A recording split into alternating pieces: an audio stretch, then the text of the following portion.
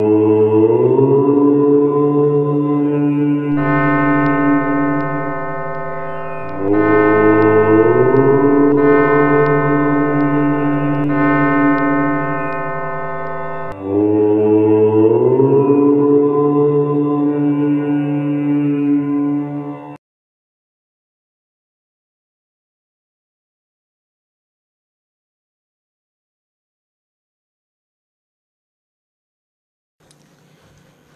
part 3 and 4 of the video set, we have discussed the origin of Siva and Vishnu worship, who are the first level representing the creation and the second level representing household deities respectively.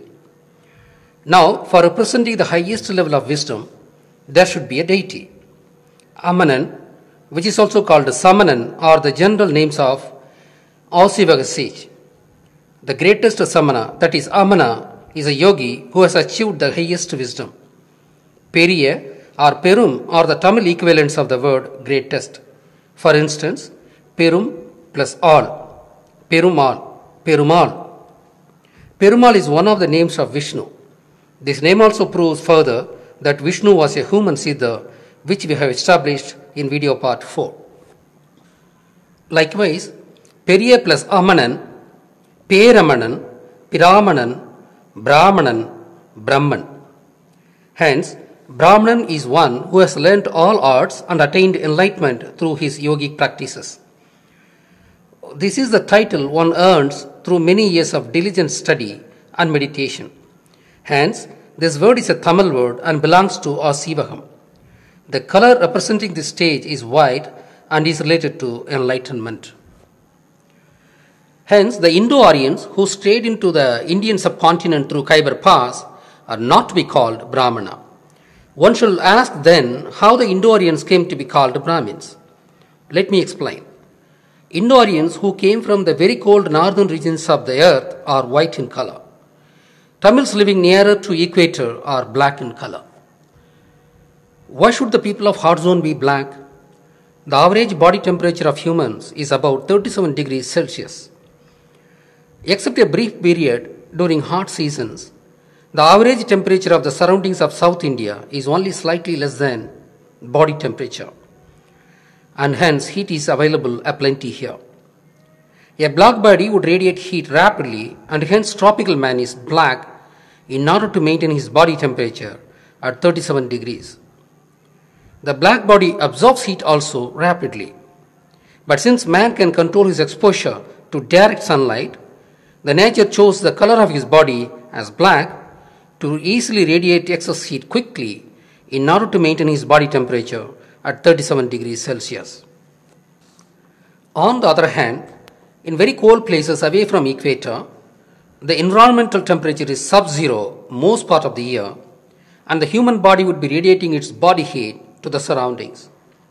The rate of radiation is proportional to the square of the temperature difference between the body and the surroundings, which is more than 40 degrees, and hence heat loss would be phenomenal. The body requires more and more food to burn in order to keep the body temperature at 37 degrees. Hence, as per natural selection, man's original black body became white, as white color does not radiate heat easily. This is the reason why the Nordic people are white-skinned. Mankind had evolved as black from the tropical region, and when they moved to colder regions of the earth, he became whitish in color due to natural selection. Hence, Tamils and Africans living near equator are black, and Aryans living in cold regions are white in color, and these Aryans were once black, and they migrated away from the submerged Kumari continent, south of India, and hence they too were Tamils earlier. The Arabs being wheatish in color and Mongolians being yellowish in color all evolved due to environmental conditions only. Mongolian is a deformed Tamil name. Manjal, Mangal, Mongol, Mongolian. Manjal means turmeric in Tamil. Here, Manjal refers to the color of turmeric. Sa or Ja sound would deform to Ka or Ga sound, like Seralam becoming Keralam. Let me now return to the Brahma concept of Aaseevaham. During the Indus Valley civilization, Tamils lived throughout the Indian subcontinent. The North Indian, that is, Indus Tamils, were of dark brown colored skin, and South Indian Tamils were of black colored skin, which was decided by their proximity to the equator, the hottest zone. Both South and North Indian Tamils who attained enlightenment were called Brahmanan, according to the Aaseevaham tradition, and they are attributed to the white color indicative of their wisdom. The Aaseevaham Siddhas who attained Brahminhood wore white dress too. The Indo-Aryans who strayed into India learned this concept of Aaseevaham and claimed cunningly that they qualify to be the real Brahmins as their skin color itself is white. While the Tamils could reach Brahminhood only after several years of strenuous wisdom seeking, the Indo-Aryans hijacked this concept, saying that they are Brahmins by birth, as the skin color itself was white, which according to Aaseevaham represents wisdom. This currency would have worked with the majority of lay Tamils, and Brahman was successfully hijacked by the Indo-Aryans. Having hijacked Brahma, they wanted this god exclusively for them. Otherwise, one day or other, it would be established that Brahma is a concept of Aaseevaham. Hence, they created Puranic story which was suggestive that one shall not build temple for Brahma. The story goes like this.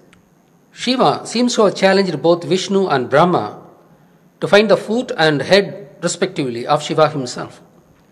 Vishnu took Varaha avatar and started digging the ground. He dug quite some and could not find the feet of Shiva and gently accepted his failure.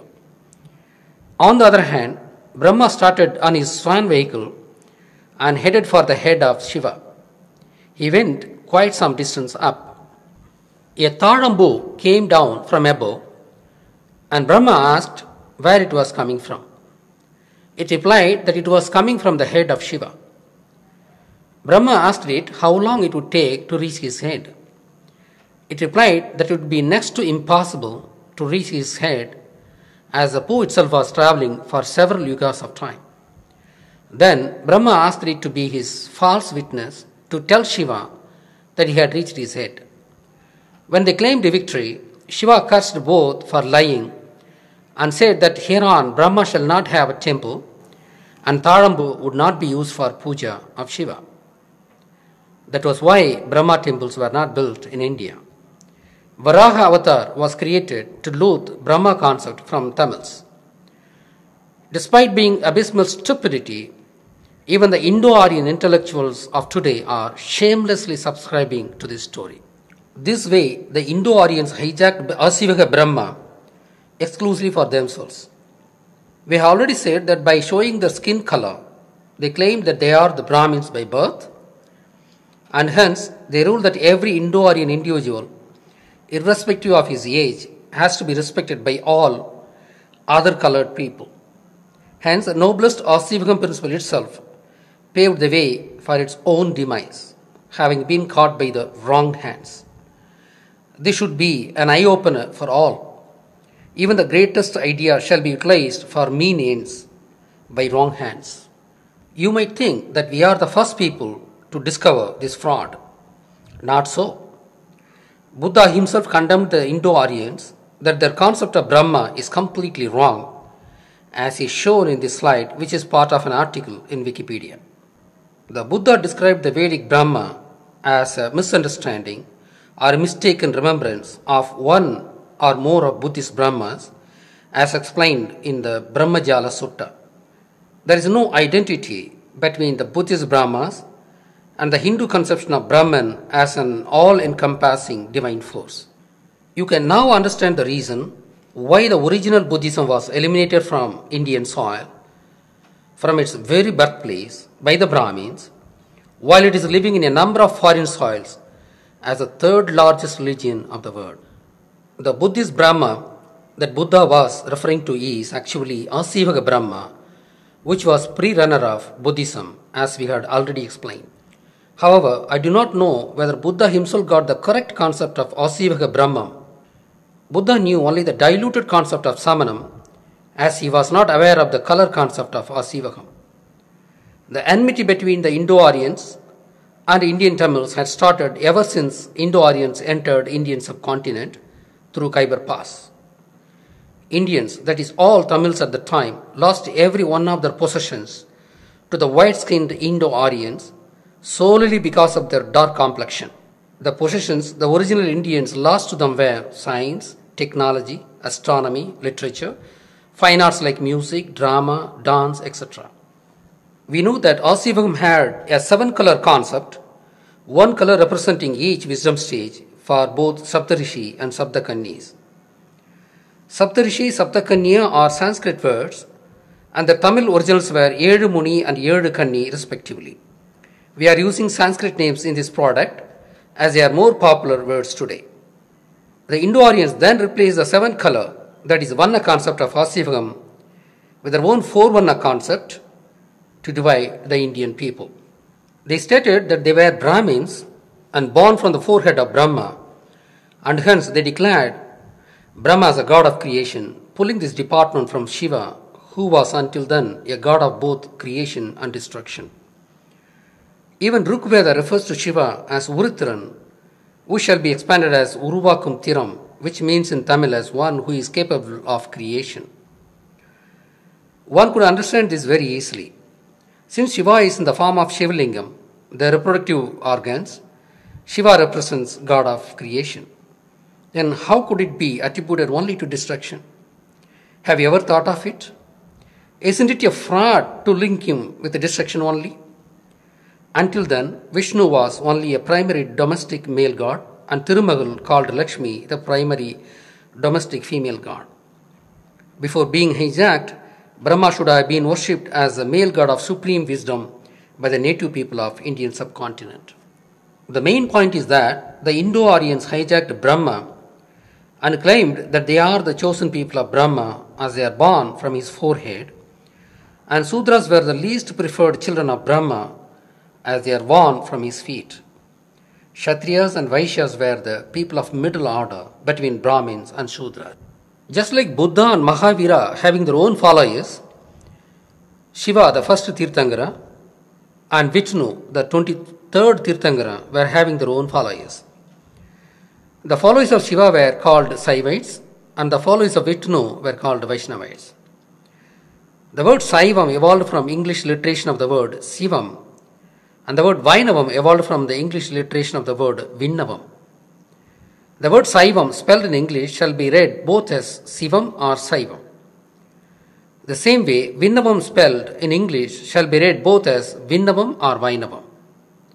Hence, these new names evolved after the entry of English in Tamil Nadu. Since Vishnu was an astronomer who studied the cosmos, which is called Vin in Tamil, his followers are said to belong to Vinnavam sect. But these were part and parcel of Aaseevaham faith. There were temples for these sages and people visited them for worshipping them. The Indo-Aryans, seeking easy livelihood, drove out the Tamil pujaris and they became the priests of these temples. Though common people visited these temples for worshipping their chosen immortal gurus, they still visited the living siddhas of Aaseevaham seeking remedies for their day-to-day problems, who offered solutions free of cost. Hence, the Indo-Aryan priests could not benefit sufficiently even after taking over the priesthood of these temples. These temples were built of bricks in the pre-Christian era. Hence, well before Jnana Sambandha times, during the pre-Christian era itself, the Indo-Arya Brahmins created a well-planned rift between the kings and the Aaseevaha Siddhas. The Aaseevaha Siddhas, until then, were the advisors of the kings on various fields, occupying the Aimberayam and Enberayam ministries of the king's court. Since the Aaseevaha Siddhas were the scientists of a variety of fields, they obviously occupied these ministries of the kings. They were then permanently expelled from the ministries, and the Indo-Aryans, who called themselves as Brahmins, became the Rajagurus for the kings. This was followed by the physical elimination of the Aaseevaha Siddhas from the earth. This was a cunning ploy by the Indo-Aryans, so that the common people would have to visit temples only for their problems, as the Aaseevaha ascetics were eliminated. This way, the people shall be exploited by the Indo-Arya Brahmins by conducting special pujas at a high cost in the pretext of solving their problems. Hence, under the cunning advice of Jnana Sambandha, the kings persecuted the Aaseevaham ascetics by trampling them under the feet of the elephants. The envy of the Indo-Aryans on these ascetics was of such a proportion that the Aaseevaham ascetics were crushed by the very elephants, which were the very identity of the very Aaseevaham ascetics themselves. Thousands of Aaseevaham saints were killed this way after they were made to lie down on the roads and walking elephants over them. The Siddhas living near Ennayiram were eliminated by another technique called Karuvetram, a most cruel technique. Since the identity of Aaseevaham Siddhas were elephants, elimination of Aaseevaham Siddhas is called Gajasamhara, and one would find statues in temples where Shiva is shown wearing the skin of elephant Asura, which was killed by Shiva and poised angrily. The elephant here represents Aaseevaham and its ascetics. In the name of Aaseevaham god Siva himself, they destroyed Aaseevaham. What an irony! That is a cunning skill of Indo-Aryans. Soon after eliminating the Aaseevaham ascetics, the Indo-Aryans started Bhakti movement. The core belief of the Bhakti movement is that if one surrenders completely to the chosen deity, he would take care of all his problems. This worked partly because faith healing is one of the techniques of medicine. Hence, Bhakti movement was started solely to fill the void left behind by the Aaseevaham Siddhas, who were until then solving the problems of the laymen. It is usually said that Bhakti movement was started to save Tamil language, as it was under attack by both Ardhamagadi of Jainism and Pali of Buddhism. It is simply not true, as Jains did not visit Tamil Nadu in large numbers, as we have proven in the first part of the video. Same way, Buddhism remained a religion of coastal region, as some of the merchants followed it, and one finds some influence around Kanchipuram, the capital of Pallava kings. In fact, there was Shiva Kanchi, Vainava Kanchi, Samana Kanchi, and Buddha Kanchi before the times of Sambandha. At the time, Hinduism was not known. Shiva, Vishnu, Parsvanatha, Markali, Mahavira, Buddha represented only Samanam, as they were all Tirthankaras. Hence, Kanchi was not a secular city as it is claimed, and that notion arises from seeing the past based on the observed practice of today. In those times, they were all known saints of Aaseevaham. Ardhamagadi was never a language of Tamil Samanam. We are aware of the violent conflict between Mahavira of Magadha country and Markali of Kanchipuram district, both being Samana saints. That is why Parinirvana Day of Mahavira is celebrated differently in north and south of India. We shall not discuss this subject anymore in this video. Hence, it is completely wrong to think that Bhakti movement came into being to save Tamil. If that be so, how come Tamil has been eliminated from Saivite temples and was replaced with Sanskrit? Even today, Sanskrit is atrociously ruling in temples of Tamil Nadu, and the divine Tamil is totally ignored. Bhakti movement was started to fill the void left behind by the Aaseevaham Siddhas. To propagate Bhakti, Tamil was used as a tool, as it was a very powerful language and the language of the sons of the soil. When Aaseevaham was destroyed, it was destroyed with its traces, and nothing remains of it as literary evidence, and we come to know of it as opponent's version only. But there were some fringe people who kept the tradition going, so that these informations were available and we could bring back to life the Tamil's long-lost tradition of philosophy, culture, and way of life. Though Aaseevaham created three landmark deities, Kali, Thirumagal, and Sarasuvathi, and three equivalent landmark deities on the male side, namely Siva, Vishnu, and Brahma, I am sure that Aaseevaham did not make families out of these deities, like Shiva, Kali, Vishnu, Lakshmi, and Brahma, Sarasuvathi. The reason is that all the female deities are only symbolic, while the male deities, especially Siva and Vishnu, were human siddhas who attained nirvana and parinirvana. Among male deities, only Brahma was a symbolic deity. Unlike Shiva, Vishnu, the parinirvana day of Brahma is not celebrated, and this proves that Brahma was only a symbolic deity.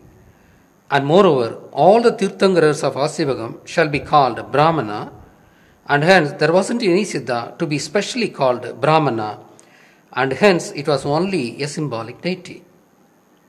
Hence, Shiva and Vishnu being human Siddhas, and Kali and Lakshmi being symbolic deities, there is no way that they were made families by Aaseevaha tradition. Hence, I feel strongly that this should have been done by the Indo-Aryans to build Hinduism and to erase any trace of their association with Aaseevaham. After constructing the three families, Aaseevaha primary deity, the Vinayaka, was inducted into Sivan Kali family as their elder son, albeit with an ugly story. We shall see Murugan was again an Aaseevaha Siddha who was inducted into Shivan Kali family as a second son in part 6 of the video set. To hide the fact that Muruga was an Aaseevaha Siddha, the Indo-Aryans created Wisdom Mango story, and that as Vinayaka had won the Wisdom Mango, Muruga took to sannyasa and settled on Palani hills. The funny thing here is that while Muruga was a real human Siddha, and Vinayaka was only a symbolic deity representing a Siddha, the Indo-Aryans cleverly concocted a story pitting one against the other. More in video part 6. The Indo-Aryans destroyed Aaseevaham as the Siddhas were very critical of the ways of the Indo-Aryans, just like Buddha was against them. Moreover, ancient Tamil country was very rich compared to the rest of India, and the Aaseevaha ascetics were like Nandi, preventing the Indo-Aryans looting the rich Tamil country. Hence, the Indo-Aryans were quite vengeful against the Aaseevaha ascetics. We have literary evidence to show the cunning and destabilizing acts of Indo-Aryans in Tamil country, but that is beyond the scope of this video. Let us now return to the discussion on Aaseevaham. Since Aaseevaham existed for several thousands of years, Vinayaka, its primary symbol, was inducted into Sivan Kali family as her elder son to totally erase the history of Vinayaka along with Aaseevaham. Even though Vinayaka image itself was a fairly new compared to the age of Aaseevaham, Vinayaka is still called wholesome and primary god only because it represented Aaseevaham, which was a very ancient concept. Despite the fact that people forgot Aaseevaham as such, the basic info that it was the primary faith lingered in their mind. According to Hindu Puranic stories, the three Murtis were originally created by Vinayaka. To substantiate that story, the picture being shown now has just one body and with heads of Shiva, Vishnu, and four faces representing Brahma. Above all these faces, there is another face which is of Vinayaka. This proves that Vinayaka was the primary deity, as Hindu themselves claim that it is the wholesome and primary god, which is said in Tamil as Muzhumudar Kadavul. Hence, the three Murtis of Hinduism are actually the gods of Aaseevaham, whose constitution has been reordered with unbelievable anecdotes by the Indo-Aryans to suit their needs, and called it Hinduism, which were called Sivaniyam and Vinnavam originally, and during English rule they were called Saivam and Vainavam due to English alliteration. Conversion of Aaseevaham into Hinduism happened over several centuries, but it was completed by the time of Jnana Sambandha. Jnana Sambandha was the Indo-Aryan who nailed the last nail of the coffin of Aaseevaham. Though we have shown that Kali, Tirumahal and Sarasuvathi are Aaseevaha deities by showing their color concept, which somehow continues till today due to the merchant community, I was at spot to prove the Aaseevaha origin of male deities, as their color identity was totally lost in Tamil Nadu. Only Brahma is being shown with white beards and occasionally in white dress. The other two was not easy to prove. When I was searching the web, seeking proof of the color concept for the male deities, I was extremely delighted when the proof came from the Bali island of Indonesia. Tamil Nadu had trade and cultural ties with Indonesia for several thousand years, but it was lost some 800 years ago. Since Indonesia lost its ties with Tamil Nadu, it could retain the age-old practices as there was no vested interest like Indo-Aryans of India to destroy that practice. Gajagova, meaning elephant cave, of 9th century is situated at Ubud in Bali island of Indonesia. Within the cave, there are two chambers facing each other. In the chamber which faces the west, there is a Vinayaka statue, and the opposite cave facing east, there are three lingams. These are not Siva lingam, which means the phallus is not seen with the yoni. Hence, these lingams represent three male deities. This is a very important point. The same is said by the locals that these are Siva, Brahma and Vishnu, and variety of blogs and articles confirm the same. Now the important point is that Sivan is decorated with the black cloth, Brahma the white cloth, and Vishnu with the red cloth. It is not a fluke chance, and these are not decorated randomly, and it is always dressed in the same scheme is proven by a number of such images we could get, and all are dressed in the standard way. Hence, we conclusively prove that Shiva, Vishnu and Brahma were originally Aaseevaham deities like their female counterparts.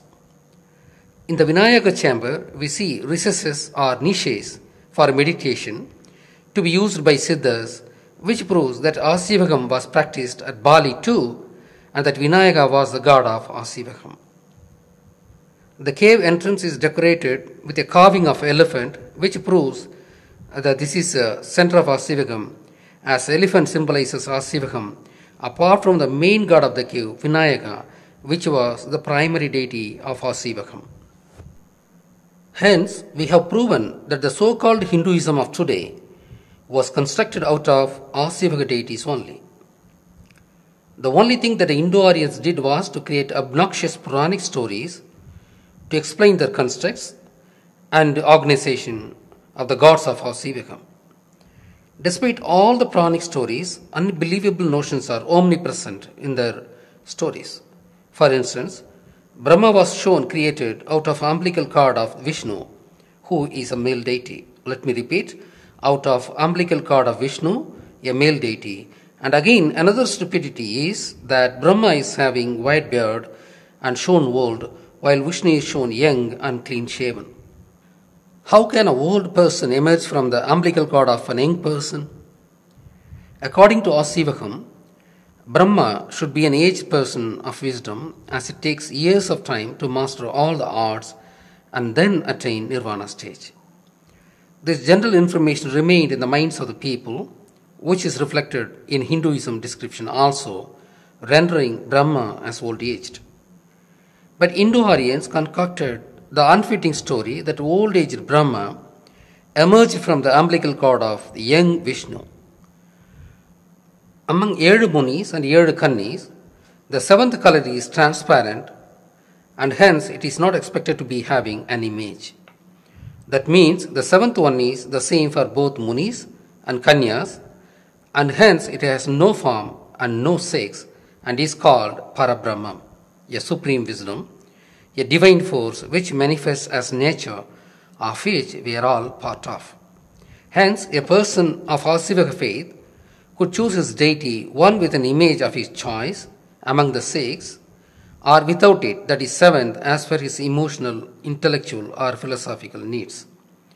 In fact, Aaseevaham is the container of all religious forms of the world, worshipping symbolic deities like that of Hinduism, worshipping philosophical groups like Christianity, Jainism, Buddhism, etc., worshipping formless God like that of Islam as Parabrahmam, worshipping humanoids like Ganesha as was with the ancient Greek customs, and finally worshipping elephant, snake, etc., called animism, Hence, Aaseevaham by its constitution is a synonym of secularism.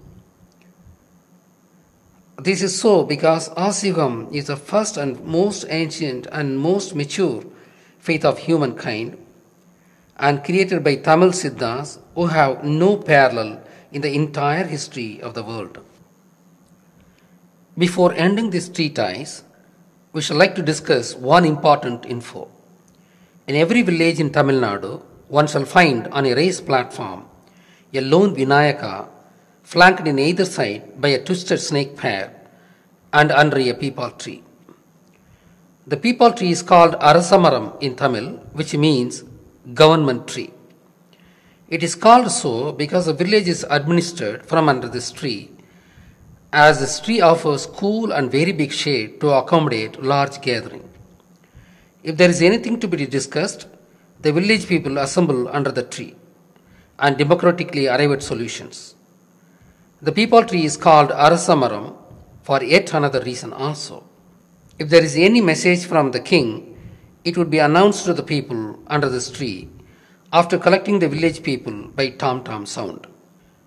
The Vinayaka under the Aaseevaham is believed to guide villagers in finding solutions to the problems of the village. Villagers regularly worship this deity.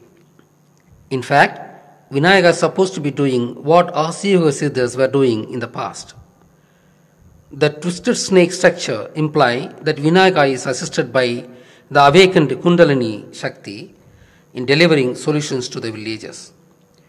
Kundalini would have been a distorted word which would have been originally called Kundriyanagam or Surandanagam in Tamil.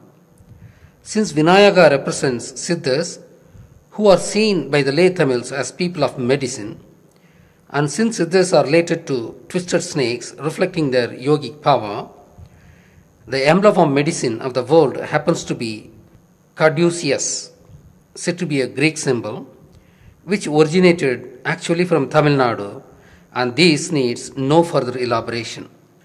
The peepal tree and Vinayaka are always installed near water sources, whether they be man-made sacred tanks or lakes or natural rivers. This would provide water needs of the people who assemble under the tree for discussing issues. One more interesting observation could be made here. Sarasuvathi goddess is called so and she is said to live in Tadagam, that is, a water body. Sarasu means water body and Vati means one who resides. Sarasuvathi is the one who resides on water. We have already stated that many of the Tamil words starting with the sound A would also start with the sound Sa with almost the same meaning or related meaning. Hence, Aaseevaham with Vinayaka is always planted on the banks of the water body where Sarasuvathi was supposed to reside. She should have been originally called Aaseevaham, that is, one who lives near the premises of the government, as she is the lady god of wisdom and hence helps the administrators with wisdom. Hence, Aaseevaham would have been called Sarasuvathi, and hence this way Sarasu would have meant water body. The viewer would have seen how Tamil people are related to Aaseevaham and can compare the role of peepal tree in Indus civilization. That is, female goddess is always seen with the peepal tree, which is nothing but the Aaseevaham. This might be yet another proof linking Indus Valley civilization with the Tamils. Hence, Brahma and Sarasuvathi were not the gods of Indo-Aryans, and they are part and parcel of Aaseevaham faith. In the discussion so far, we have left out Indra, who again is a Tamil god of the seas. We shall bring out a video later on this topic, giving ample proof of our standing on this. In our next video, we shall investigate who the god Muruga is.